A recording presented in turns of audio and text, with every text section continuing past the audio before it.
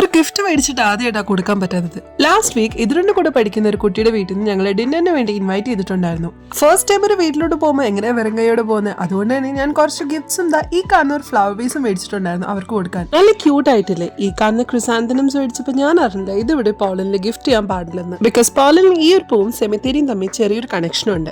November 1 ഇവിടെ all saints day ആണ്. Polish ആൾക്കാർ അവരെ വിട്ടുപിരിഞ്ഞ് അവരുടെ വേണ്ടപ്പെട്ട ആൾക്കാരുടെ കല്ലറുകളിൽ പോയി ക്ലീൻ ചെയ്ത് കാൻഡിൽസും കത്തിച്ചു വെച്ച് കൂട്ടത്തിൽ ഈ ഫ്ലവേഴ്സ് ഒക്കെ അവിടെ വെച്ച് അലങ്കരിക്കാറുണ്ട്. അന്നേ ദിവസം ഏതൊരു സെമിത്തേരിയുടെ മുന്നിൽ പോയാലും ആ നേരത്തെ കണ്ട കാഴ്ച നമുക്ക് കാണാൻ പറ്റും. എന്റെ ഒരു കൂട്ടുകാരി ഷെയർ ചെയ്ത വീഡിയോ ആണ്. ഈ കാൻഡിൽസ് ആണ് ഇന്നത്തെ ദിവസം പ്രത്യേകിച്ചും അവിടെ കത്തിച്ചു വെക്കുന്നത്. എനിക്കിതൊരു വലിയ കൾച്ചർ ഷോക്കായിരുന്നു. പല രാജ്യങ്ങളും ഗിഫ്റ്റ് ചെയ്യാൻ വേണ്ടി യൂസ് ചെയ്യുന്ന ഒരു പൂവ് ഇവിടെ വേറൊരു പർപ്പസിനാണ് യൂസ് ചെയ്യുന്നത്. Different culture, different meaning.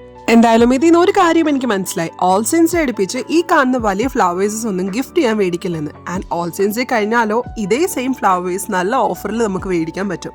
എന്തായാലും ഞാൻ മേടിച്ചിട്ടുള്ള ക്രിസാന്തനംസ് എന്റെ ബാൽക്കണിയിൽ വെച്ചിട്ടുണ്ട്. നമ്മൾക്ക് ബാക്കി ഗിഫ്റ്റ്സ് ഒക്കെ ആയിട്ട് ഇതിന്റെ ഫ്രണ്ട് വീട്ടിൽ പോയിട്ട് വരാം.